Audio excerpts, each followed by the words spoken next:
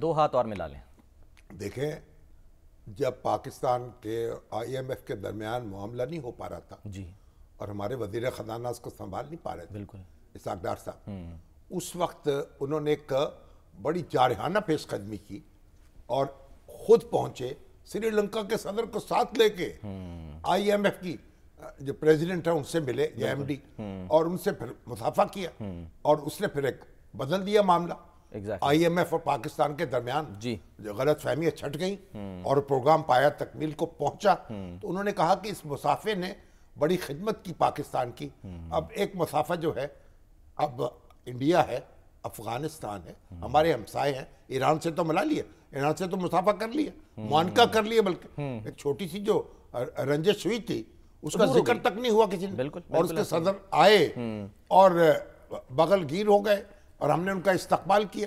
لیکن وہ تو اب ظاہر ہے کہ پاکستان اور ایران کے درمیان جو معاملات ہیں اس میں تو ایک سینکشنز جو ہیں امریکنز وہ رکاوٹ بنی ہوئی ہیں. ایگزیکٹلی، اور وہ آنکھیں بھی دکھاتے ہیں. اور امریکہ دیکھیں نا، امریکہ کو بھی ہم اگنور نہیں کر سکتے، وہ سب سے بڑا پارٹنر ہے پاکستان. وہاں آپ ایکسپورٹ کرتے ہیں، منڈی ہے سب سے ان بڑی کی انویسٹمنٹ ہے یہاں، وہ وہاں سے لوگ کما کے پیسہ بیچتے ہیں. تو یہ ایک بہرحال وہ بھی ساری چیزوں کو دیکھتے قدم آگے بڑھانا پڑے گا. انڈیا سے ہاتھ دیکھیں میں سمجھتا ہوں پاکستانی قوم جو ہے اس نے اپنے پاؤں پر اتنی کلاڑیاں ماری ہیں جس کی حد نہیں. بھئی انڈیا سے اگر آپ کا کوئی اختلاف ہے تو اس میں یہ کیسے نارمل تعلقات جو ہیں ان کے راستے میں رکاوٹ کیوں ہو، تجارت کے راستے میں رکاوٹ کیوں ہو، اور تجارت کا نقصان کس کو ہے، فائدہ کس کو.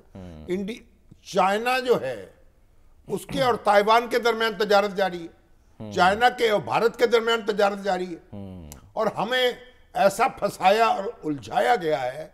ہمارے جو بعض اینکرز بھی ہیں اور دانشور بھی ہیں اور ہمارے فوجی رہنما بھی ایسے تھے، انہوں نے انڈیا سے کٹی کر لی اور لڑائیاں کچھ انڈیا نے قصور کیا، کچھ ہم نے کیا.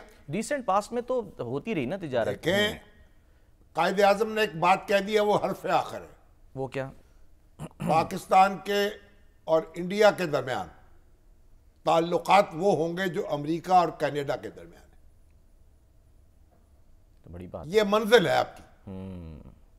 اور 65 کی جنگ جب تک نہیں ہوئی تھی بہت نارمل تعلقات تھے، آنا جانا تھا، یہاں وہ بزنس بھی کر رہے تھے، ہم بھی وہاں جا رہے تھے. تو یہ ہر قیمت پر بھارت کے ساتھ جس طرح یورپی یونین ہے ایگزیکٹلی بڑی اچھی آپ مثال ہے اسی وہ. طریقے سے رہیں، اختلافات بھی طے کر لیں گے بات چیت کے ذریعے سے، باہمی اعتماد سے. کئی مواقع آئے جب طے ہو سکتے تھے، پھر ان کو ٹھبیاں مار دی گئیں اور ٹھوکریں مار دی گئی. وہ ایک لمبی کہانی ہے، میں اس کا اب کیا بیان کروں بار بار. بالکل. تو بہرحال انڈیا سے بھی تعلقات بہتر، اور تو افغانستان تو بھئی ہمارا اپنا یعنی دوست ہے، بھائی ہے. طالبان سے ہمارے جو ناطے رشتے ہیں، ہم نے ان کی خاطر بڑی قربانی دی ہے اور ان کے لیے ہم کھڑے رہے ہیں. ان کی شکایات بھی ہم سے ہو سکتی ہیں، ہماری ان سے ہو سکتی ہیں. لیکن یار یہ جو کٹیاں کرنا، لڑنا، بھئی میری والدہ جو تھیں وہ تو جب ہم کہیں گھر سے کسی لڑکے آ جاتے گلی میں، اچھا، اور میری والدہ کو پتہ چلتا کہ بھئی ہم لڑائی ہوئی ہے کسی بچوں میں، ہم نے مار کٹائی تک نوبت پہنچ گئی یا تو تڑاک تک نوبت پہنچ گئی، تو وہ نہیں پوچھتی تھی کہ کس کا قصور ہے.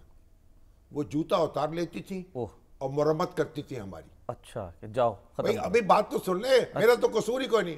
انہوں نے کہا تمہارا قصور ہو یا نہ ہو، اچھا اگر تم نہ چاہتے تو جھگڑا بڑھ نہیں سکتا تھا، واہ، تم ایوائڈ کر سکتے تھے. تو پاکستان اگر تہیہ کر لے، اس نے جھگڑا نہیں بڑھانا، اس نے جھگڑا کم کرنا ہے.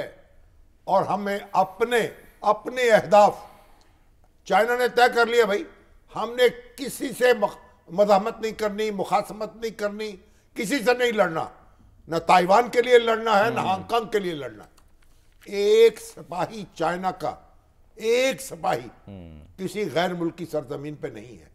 کیسا ہی ہے. اور چائنا جو ہے وہ امریکہ جو ہے افغانستان میں پنگا، عراق میں پنگا، شام میں پنگا، لیبیا میں پنگا، اور اس کے بعد امریکہ جو ہے اس کے قرضوں میں کتنا اضافہ ہو گیا، اور چائنا جو ہے وہ چوکڑیاں بھرتے ہوئے اس کہاں سے کہاں اس کی اکانومی چلی گئی۔